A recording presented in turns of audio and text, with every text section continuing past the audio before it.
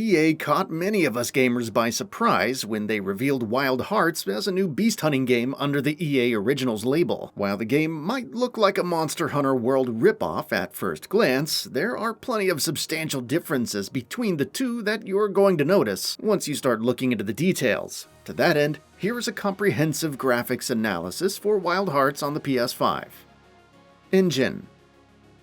Much like the developer's prior works, Wild Hearts is built using the developer's in-house proprietary tech and in-house game engine. As such, it's the same engine that's been used in Dynasty Warriors games, but it seems to have received some internal upgrades for this new project. While Wild Hearts may not be as technically impressive as other current-gen games like Horizon Forbidden West, it definitely represents the developer's proprietary tech at its best.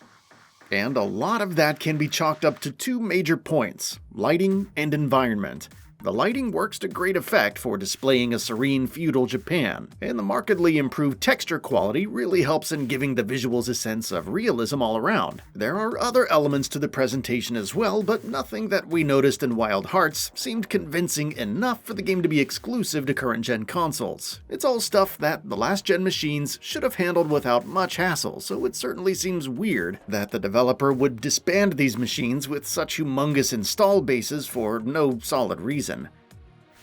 Character models. The character models in the developer's prior works, like Dynasty Warriors, weren't anything to gawk at, and this remains the case here as well. That said, we should emphasize that we're talking about the player character models here, which have a decently high level of fidelity, but little in the name of impressive hair rendering or detailed skin meshes and the like. You can customize your character with different clothes and armor, which do look good with detailed textures, and loose-fit clothes, like capes, also react properly to your movements with physics properties. But coming over to the beasts, it's a completely different story. The kimono, as Wild Hearts calls these creatures, are definitely the highlight of the show, even from a visual standpoint. They are huge creatures that can topple down an ill-prepared player with a few hits, and they come in different shapes and sizes. The skin meshes on these monsters are highly detailed, and depending on what you're fighting, they can be made up of rough surfaces like scales or comparatively smoother surfaces with wrinkles and pores visible throughout. Take for instance the humongous wild boar, whose skin is infused with overgrown vegetation throughout its body, which looks absolutely gorgeous and scary at the same time. Rough surfaces like its paws and tusks are comprised of bone-like rough materials that don't reflect light, while its natural skin is made of a softer material that's more reactive to light and dark. So it seems a fair guess that the game is using a lot of physically based materials for these monsters. The poly counts for these monsters are adequately high too, but it's the spectacular art direction that really makes them so endearing in the first place. Animations. Let's briefly touch upon the animations as well. The developer has done a great job in the animations department, and the game purposefully utilizes swift animations to ensure that the combat remains snappy all along. There are lots of different attack animations, which differ based on variables like positioning, equipped weapons, etc., and they all blend nicely into one another, which results in a smooth flowing combat loop. The kimono that you face throughout your adventures also have plenty of different animations, and the developer uses smart but obvious tricks to guide and warn the player. Strong attacks that deal large amounts of damage have long wind-ups, while some attacks are swift, with subtle tells and hard to avoid. All in all, Wild Hearts is pretty robust in its animations department, which isn't too surprising considering this is the developer behind Dynasty Warriors. Environment, lighting, and reflections. The environment in Wild Hearts can be a mixed bag, which shouldn't be too surprising if you're familiar with any of the developer's prior works.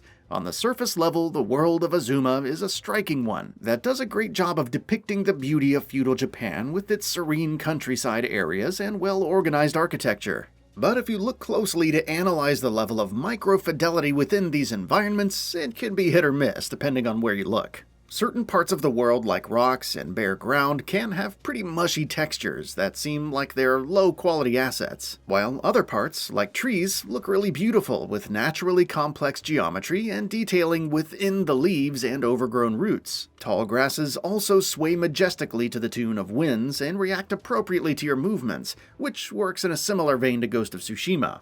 The water looks great as well. There are streams of running water spread throughout the map which house different kinds of creatures. Splashes accompany your movements when walking or running in water, but they are static animations, so that doesn't really stand out. Of course, water also reflects its surroundings, but it seems to be utilizing pretty low-quality cube maps to do that. All in all, the water rendering is pretty average, but functional enough to not be distracting. Switching gears over to lighting, Wild Hearts does a great job in its lighting department.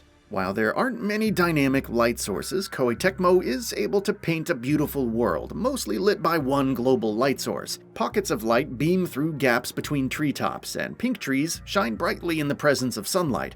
Shadow quality is on the level of what you would expect from an 8th generation game, and while it isn't anything to gawk at, it doesn't really hinder the visual presentation in any meaningful way. Furthermore, you can also see reasonably accurate shadows being cast on land structures out in the distance, which really helps in giving a uniform look throughout the world. PS5 Parameters.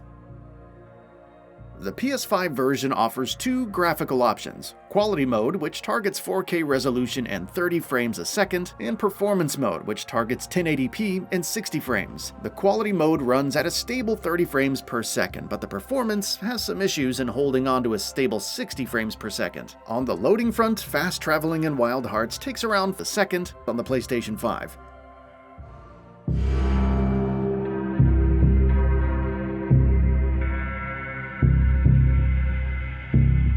Conclusion.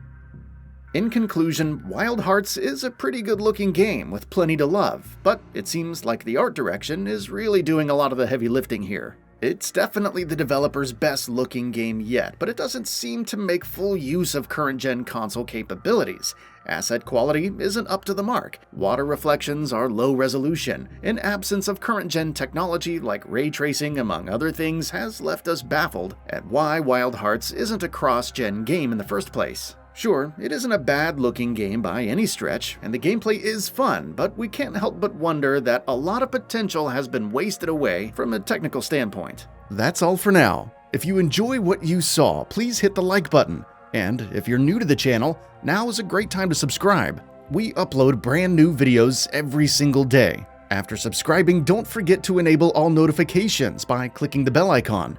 Thanks for watching this video, and we'll see you next time, right here on Gaming Bolt.